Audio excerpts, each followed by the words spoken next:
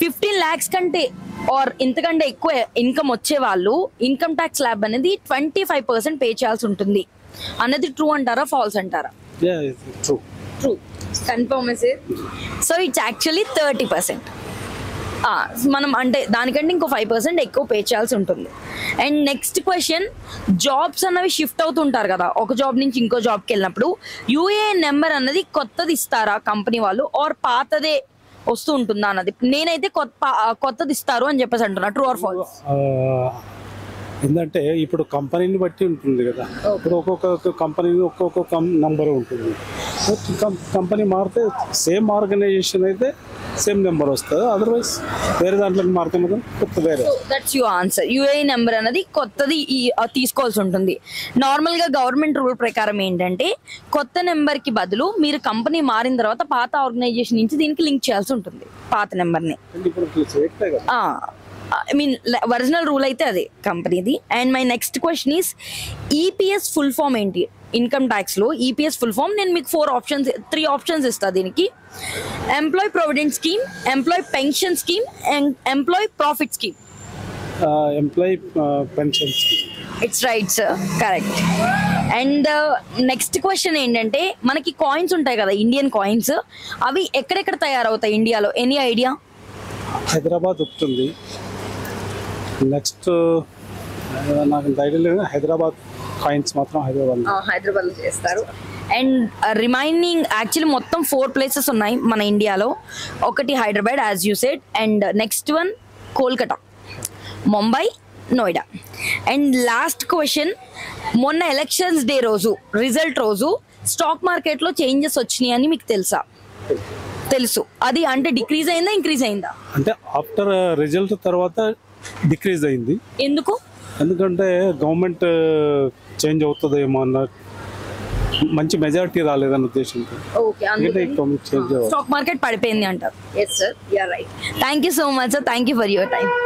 50 lakhs కంటే ఎక్కువ amount revenue వచ్చేవాళ్ళు అంటే ఇన్కమ్ వచ్చేవాళ్ళు ఇన్కమ్ ట్యాక్స్ స్లాబ్ 25% పే చేయాల్సి ఉంటుంది అన్నది నా ఆన్సర్.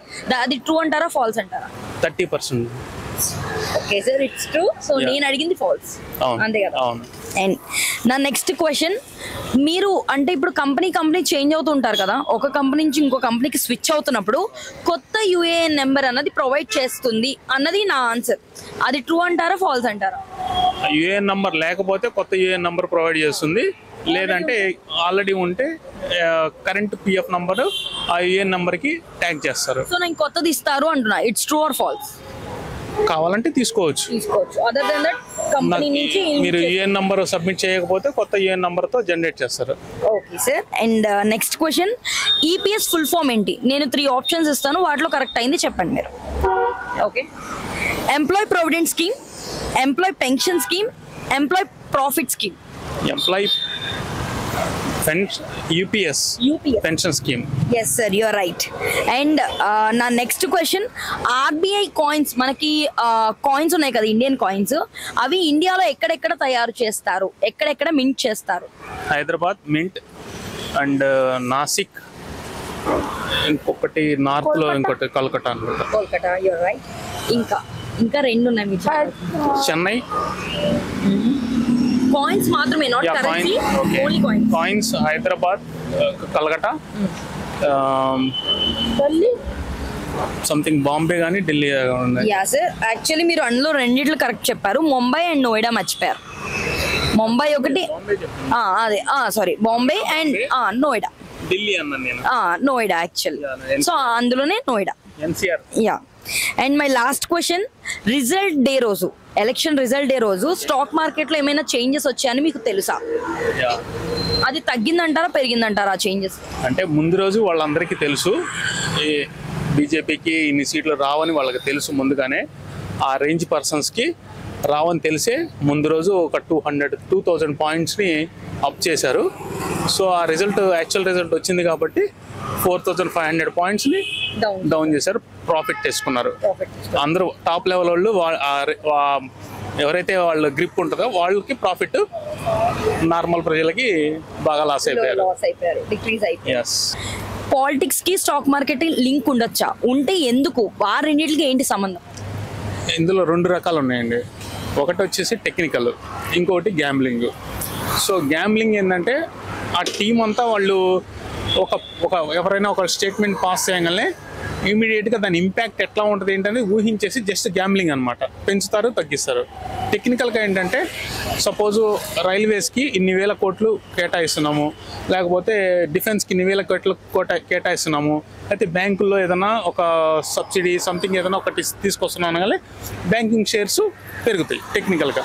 సో అలానే రైల్వే షేర్స్ కానీ లేకపోతే డిఫెన్స్ షేర్స్ అలా పెరుగుతాయి. అది టెక్నికల్గా అది కరెక్ట్, పాలిటిక్స్కి అది గవర్నమెంట్కి కరెక్ట్.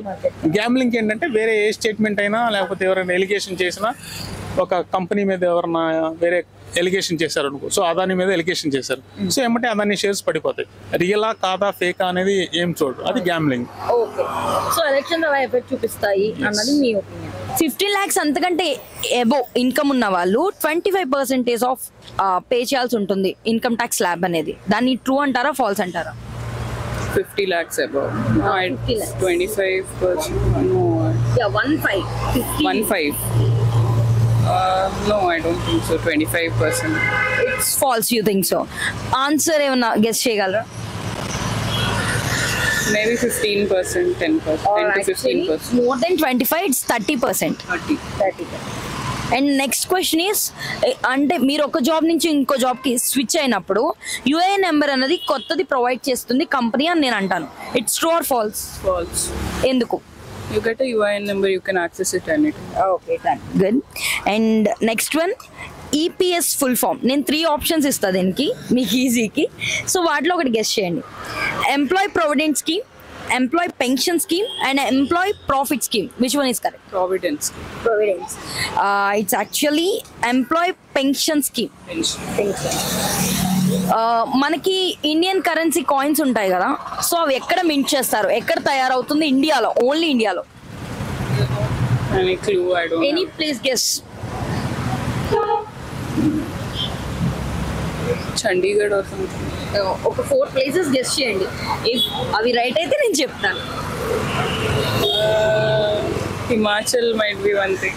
యువర్ నియర్ ఒకటి ఉంది actually, Hyderabad. South Hyderabad. Hyderabad. Mumbai. Yes, Mumbai. Chennai. Chennai and Delhi. Maybe. Delhi. Actually ఢిల్లీలో నోయిడాలో, and Mumbai, Kolkata, Hyderabad. And the last question, elections result రోజు స్టాక్ మార్కెట్లో చేంజెస్ వచ్చాయని మీకు తెలుసా? తెలిస్తే తగ్గిందంటారా పెరిగిందంటారా? Taggipoyindi. ఎందుకు? Because I think it was dicey between the change of government. Maybe. Crash అయిపోయింది. సో దానివల్ల డిక్రీజ్ అయింది అంటారు. Thank you so much, thank you for your time.